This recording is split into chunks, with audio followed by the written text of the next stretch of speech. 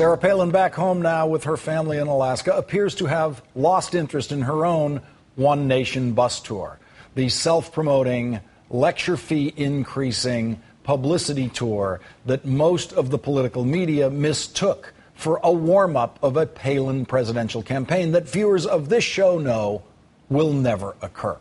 Palin has not offered any indication on her website about when or where her tour would resume, and today, when press reports indicated that Palin put the tour on ice, Palin tweeted this: "I did? Glad I have media to let me know my plans. They never cease to amaze." Her tweet then linked to a media report on FoxNews.com saying that the tour was no more. So here's Palin pretending to be amazed that her employer, Fox News, actually knows what she's really up to. Remember that her employer, Fox News, told all of the potential Republican candidates for president on its payroll back in March that they could not remain on the payroll if they were even thinking about running for president. Rick Santorum and Newt Gingrich then left Fox News payroll and to begin their losing presidential campaigns. But remember, Mike Huckabee and Sarah Palin wisely stayed on the Fox News payroll, knowing that their real chances at the presidency are actually no better than Gingrich's or Santorum's. Joining me now, Jonathan Capehart, Washington Post editorial writer and MSNBC contributor. Jonathan, thanks for joining me tonight. Hey, thanks, Lawrence. We do have an update that's just come in on Sarah Palin's Facebook page, of course. She explains on her Facebook page, I assume you've seen it, that she has to stay in Alaska for jury duty. I don't think she's going to get a long trial to sit through. She makes a very vague reference in here to say, she says, "I'm looking forward to hitting the open road again." Well, so am I. At some point.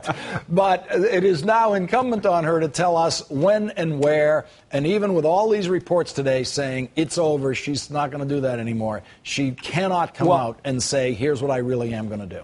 Right. Well, remember, she's an unconventional politician.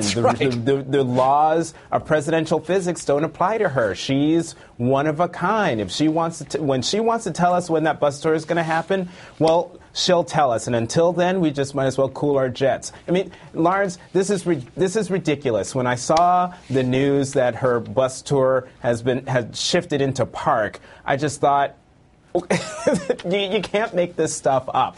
That she's stop doing this halfway through. You've been right all along. She's not running for president. I've been saying for more than a year now that she's not running for president. She's not a good politician, but she's a phenomenal star. And when you look at Sarah Palin through the prism of a star, you know stars very well, Lawrence. She's spectacular at doing what stars need to do to stay in the public eye, maintain attention, and feed their bank accounts. Yeah, she is a really brilliant celebrity, wherein the mission is the maintenance of celebrity and keeping that celebrity bubble up as high as it can float. I got to say, quitting the bus tour halfway through is not more shocking than quitting the governorship halfway through. Well, but once someone has quit a governorship halfway through, the media should be ready for this. I love seeing now, before we even got to this point in the story, talk about Sarah Palin running for president had evaporated from the media because she had allowed a couple of weeks to go by where she didn't do any fake moves about running for president. And when that happens, the media just comes to its senses and realizes she's not running for anything. Right. I mean, she's basically media catnip.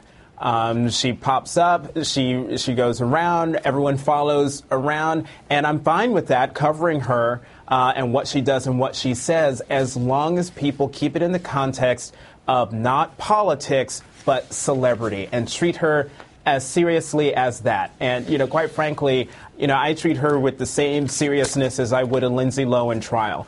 Interesting, but it's not earth-shattering, it's not going to change any lives, and it's not terribly important to the day-to-day lives of the American people. The other tweet she did today was a plug for her daughter's book, her daughter's memoirs, Not Afraid of Life, My Journey So Far. Now, I would suggest to you, Jonathan, that good parenting includes the advice to not do your memoirs at age 20. That there might be some sentences in there that you will soon regret, like by the time you're 21. Right, but maybe she doesn't care. Maybe she just figures, let me ride this gravy train for as long as I can. And, you know, I'm glad you showed the cover of that book because it's actually a very nice and tasteful cover. Now, this book comes out before Levi Johnston's book comes out, and that book cover is hilarious. And the title of the book is also hilarious. It's called Deer in the Headlights. Levi knows how to keep his celebrity bubble going, too. Jonathan Capehart of the Washington Post and MSNBC, thanks for joining me tonight. Thanks, Lawrence. You can have The Last Word online at our blog, thelastword.msnbc.com. A quick programming note. Tomorrow night on this show, I'll have my exclusive interview with House Minority Leader Nancy Pelosi. The Rachel Maddow Show is up next. Good evening, Rachel. Thanks for joining me at the top of my show tonight. Good evening, Lawrence. You know, it was nice to be there, and Elizabeth Rubin is so impressive. It was really, it was great company. Thank you. Thank you. Thanks to you at home for staying.